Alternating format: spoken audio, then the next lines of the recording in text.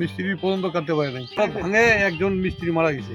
এখানকার লোকজনের মুখ থেকে যেটা শুনলাম, গাছটি কাটতে এসেছিল মানুষজন, এসে তারা অসুস্থ হয়ে পড়ে, তাদেরকে মেডিকেলে ভর্তি করা হয়। তাদেরকে মেডিকেল ভর্তি করার পর তারা 1-2 দিন পরেই মৃত্যুবরণ করেন।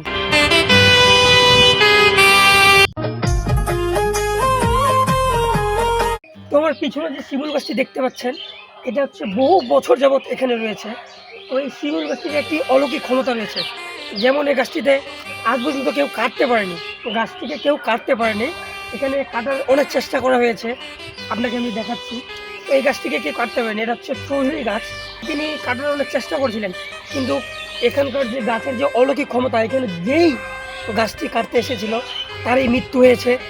মনে করুন যে কোরাল ভেঙে গেছে, করাত ভেঙে গেছে, এবং যে করাত চালাচ্ছিল তার মৃত্যু হয়েছে। গাছটিকে কাটা অসম্ভব হয়ে পড়েছে। এখন এই গাছটি সেই জন্য এইভাবেই অটল হয়ে এখানে দাঁড়ানো রয়েছে।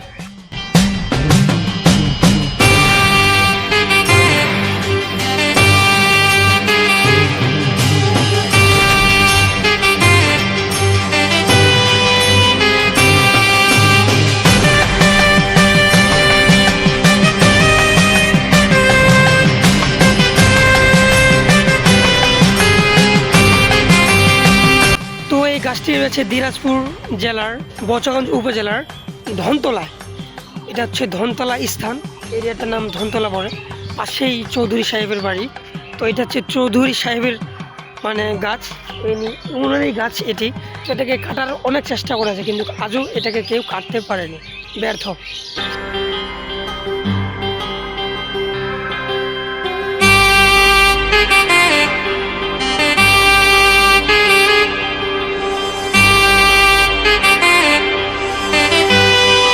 স্থান ছিল গাছটা কাটার জন্য করাত আনছিল, মিস্ত্রি পর্যন্ত কাটতে পারে নাই, মিস্ত্রি বন্ধু কাটতে পারেনি। এটা করাত ভাঙে একজন মিস্ত্রি মারা গেছে। তারপরে এই গাছটিকে কাটতে পারেনি। আচ্ছা, এখানে কি কোনো দেবদেবী রয়েছে? হ্যাঁ আছে। এখান থেকে কালী থানা ছিল, কালী থানা এখান থেকে উঠে নিয়ে গেছে অন্য জায়গায়। তাও এখানে আমরা পূজা পানি করি মাঝে সাঝে, জোর আছে, অনেক অনেক ক্ষমতা রয়েছে। এই গাছটি কার? এটা হলো চৌধুরী গাছ। এটা কোন চৌধুরী গাছ? এটা সালাম চৌধুরী গাছ।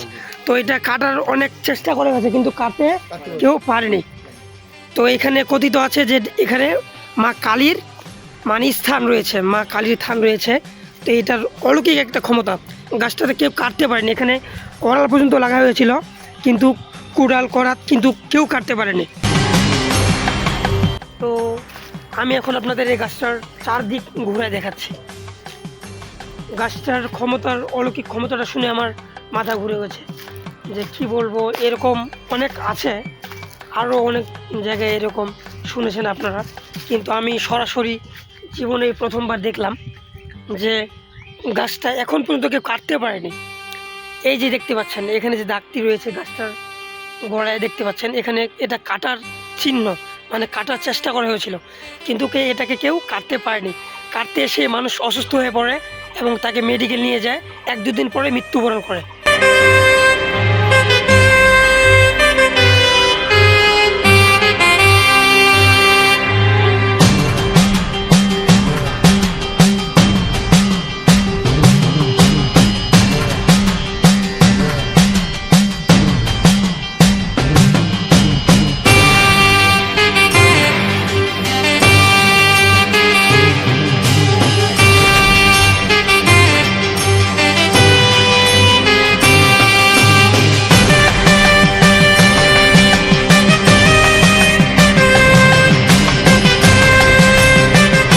আমি এখানকার লোকজনের মুখ থেকে যেটা শুনলাম, তো এই গাছটি কাটতে এসেছিল মানুষজন, তো কাটতে এসেই তারা অসুস্থ হয়ে পড়ে, তাদেরকে মেডিকেলে ভর্তি করা হয়, এবং অনেক অ্যাক্সিডেন্ট দুর্ঘটনা হয়।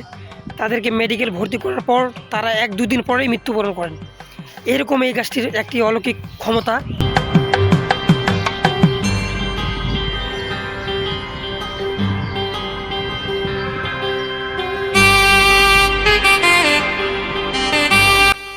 আসলে এগুলো মানতে হয়। এই যে পিছনে শিমুল গাছটি দেখতে পাচ্ছেন, এটাই সেই গাছ। তো অনেকেই আছে যে দের বসে যায়, যে কী হবে দেখি, তখন যায় একটা দুর্ঘটনা করে বসে থাকে, কিন্তু অনেকে মানে না। কিন্তু এটাও সৃষ্টিকর্তার সৃষ্টিকে বিশ্বাস করতেই হবে, কোনো কিছুই অবিশ্বাস্য করা যাবে না। তো এটাই সেই গাছ, গাছটির এখন যদি পাতায় কিছু দেখেন, এটাই সেই গাছ যে গাছটাকে কেউ আজ পর্যন্ত কাটতে পারেনি। তো ধনতলার এই চৌধুরী সাহেবের নাম হচ্ছে, যিনি এই গাছের মালিক, তার নাম হচ্ছে সালাম চৌধুরী। তার বাসা হচ্ছে এ পাশে, এই রাস্তা দিয়ে ডাইরেক্ট চলে যাবে তার বাসায়। এই রাস্তাটা মানে মূলত তার বাসায় যাওয়ার জন্যই। এখানে খালেক মোহাম্মদ চৌধুরীর বাসা ছিল, এখন তিনি নাই, তার ভাইগুলো আছে, চাচাতো ভাইগুলো আছে।